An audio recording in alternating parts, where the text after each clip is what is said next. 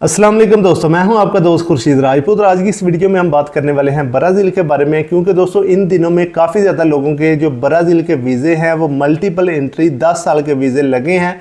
क्योंकि दोस्तों ब्राज़ील ऐसा कंट्री है जो कि पाकिस्तानियों को ज़्यादातर जो वीज़े इशू कर देता है और इसके लिए बैंक स्टेटमेंट की ज़रूरत होती है। और बैंक स्टेटमेंट दोस्तों इस तरह की नहीं जिस तरह की अमेरिका के लिए या आप यूके की बात करें या यूरोपियन कंट्रीज़ की बात करें, इस तरह की नहीं। एक बहुत ही ईजी बैंक स्टेटमेंट 3 महीने की चाहिए होती है इसके लिए, वो भी मैं मुकम्मल डिटेल आपको बताऊँगा। इसके अलावा दोस्तों बहुत ज़्यादा जो लोग हैं, जिस तरह तुर्की से हम दाखिल होते हैं यूनान में, ऐसे ही दोस्तों बहुत ज़्यादा लोग ऐसे हैं जो कि ब्राज़ील से आगे डंकी लगवाते हैं अमेरिका की।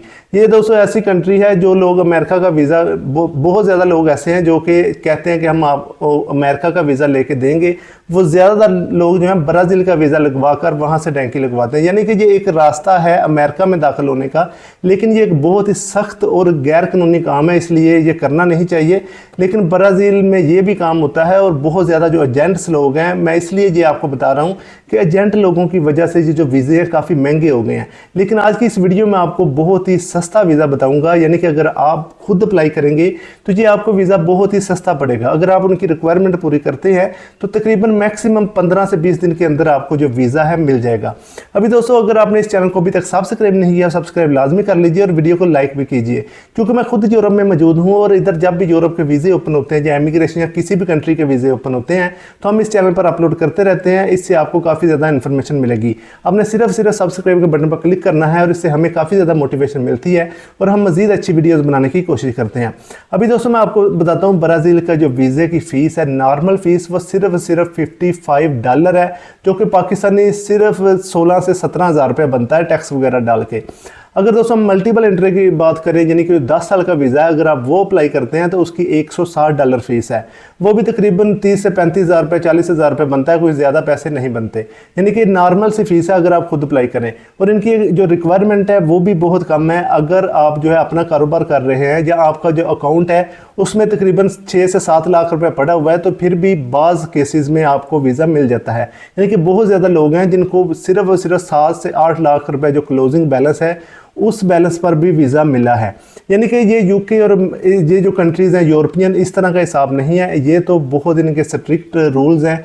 अगर आप दोस्तों यूरोप के मतलब चाहते हैं कि इनका जो वीज़ा है उसके लिए क्या बैंक रिक्वायरमेंट है तो उस पर ही मैंने वीडियो बनाई हुई है। इसके अलावा बैंक स्टेटमेंट कैसे तैयार करते हैं उस पर भी मैंने वीडियो बनाई हुई है। आप इस चैनल को विजिट कर सकते हैं, उस पर आपको जो है ये वीडियोस मिल जाएंगी। अगर आप उस तरीके से बैंक स्टेटमेंट तैयार करेंगे तो आपको जो है अमेरिका का, इसके अलावा यूके का और यूरोपियन कंट्रीज़ का भी वीज़ा आसानी से मिल जाएगा। यानी कि आप एक अच्छी खासी जो है बैंक स्टेटमेंट खुद तैयार कर सकते हैं।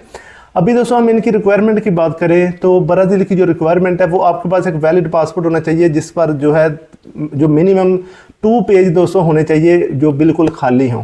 इसके अलावा दोस्तों आपकी पिक्चर्स चाहिए पासपोर्ट साइज़, जो कि आपने खुद अपलोड करनी है, वहाँ जाकर देनी नहीं है, खुद आपने अपलोड करनी है। आपने दोस्तों ब्राज़ील ऑनलाइन वीज़ा के नाम से आपकी जो पाकिस्तान की ऑफिशियल वेबसाइट है उधर आपने ओपन कर, जिस भी कंट्री में आप रहते हैं उस हिसाब से आपने उस कंट्री में जो है उनकी ऑफिशियल साइट को ओपन कर लेना है। वहाँ आपने खुद अपनी फ़ाइल सेंड करनी होती है इनको। उससे तकरीबन 15 दिन के या 10 दिन के अंदर अंदर आपको ईमेल आ जाती है जिसमें आपकी अपॉइंटमेंट होती है। मैक्सिमम ये आपको 7 से 8 दिन का टाइम देते हैं। उसके अंदर अंदर आपकी अपॉइंटमेंट होती है और आपने उस अपॉइंटमेंट पर जाना होता है और वहाँ जो है आपने अपना पासपोर्ट उनको देना होता है। सबसे पहले दोस्तों आपने जो है फ्रेश पासपोर्ट की फ़ोटोज़ अपलोड करनी है। इसके अलावा अपनी फ़ोटोज़ अपलोड करनी है। इसके अलावा आप जो कारोबार कर रहे हैं वो अपने उसके बारे में मुकम्मल डिटेल लिखनी है। इसके अलावा दोस्तों उसमें बैंक स्टेटमेंट अपलोड करने का ऑप्शन होता है। उसमें आपने कोशिश करनी है कि आपका क्लोजिंग बैलेंस जो है वो अच्छा हो।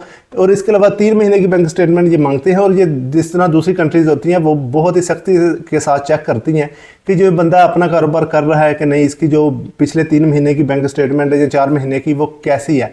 लेकिन ये मुल्क इतनी सख्ती से चेक नहीं करता, ये क्लोजिंग बैलेंस पर ज़्यादा फोकस करता है कि जो क्लोजिंग बैलेंस है वो कितना है। इसका मतलब ये नहीं है कि पिछले 3-4 महीने की जो बैंक स्टेटमेंट है वो बिल्कुल ज़ीरो हो और आप एकदम से उसमें पैसे डालें और वो जो है वीज़ा के लिए अप्लाई कर दें, ऐसा भी नहीं है। आपने जो है कंटिन्यू आपका अकाउंट रनिंग में हो, बेशक थोड़ा बहुत बैलेंस है उसमें ही रनिंग में हो, लेकिन जो क्लोजिंग बैलेंस है वो आपका ठीक होना चाहिए। तकरीबन आप 10 लाख के करीब रख सकते हैं। यानी कि ये आपने जो इसके अलावा आपने अपना बिजनेस वगैरह शो कराना है कि मैं फ़लाँ शॉप है मेरी, या फ़लाँ कारोबार है, या फ़लाँ जो है मैंने कारखाना बनाया हुआ है, या मैं फ़लाँ कंपनी में काम करता हूँ, मेरी इतनी इनकम है और मैं टूरिस्ट वीज़े के तौर पर जा रहा हूँ, टूरिस्ट के तौर पर मैंने वीज़ा लेना है।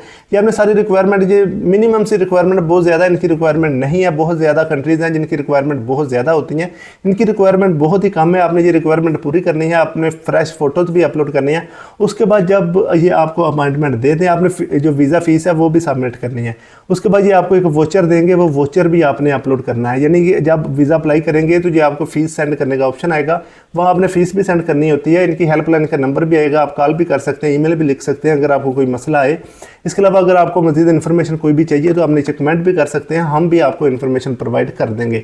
आपको एक वोचर इशू होगा, वो भी आपने वेबसाइट पर अपलोड करना होता है। उसके बाद दोस्तों आपको अपॉइंटमेंट मिल जाएगी, यानी कि 2-4 दिन के अंदर, मैक्सिमम 15 दिन के अंदर जो है आपको अपॉइंटमेंट का जो ईमेल आ जाएगा। और आपने अपना पासपोर्ट और जो भी डॉक्यूमेंट, जो बैंक स्टेटमेंट और इसके अलावा अपने कारोबार के मतलब जो भी पिक्चर्स वगैरह आपने अपलोड की होंगी, उनकी आपने फ़ोटोकॉपीज निकाल लेनी है और उनको भी आपने साथ में लेके जाना है अपनी फ़ाइल में।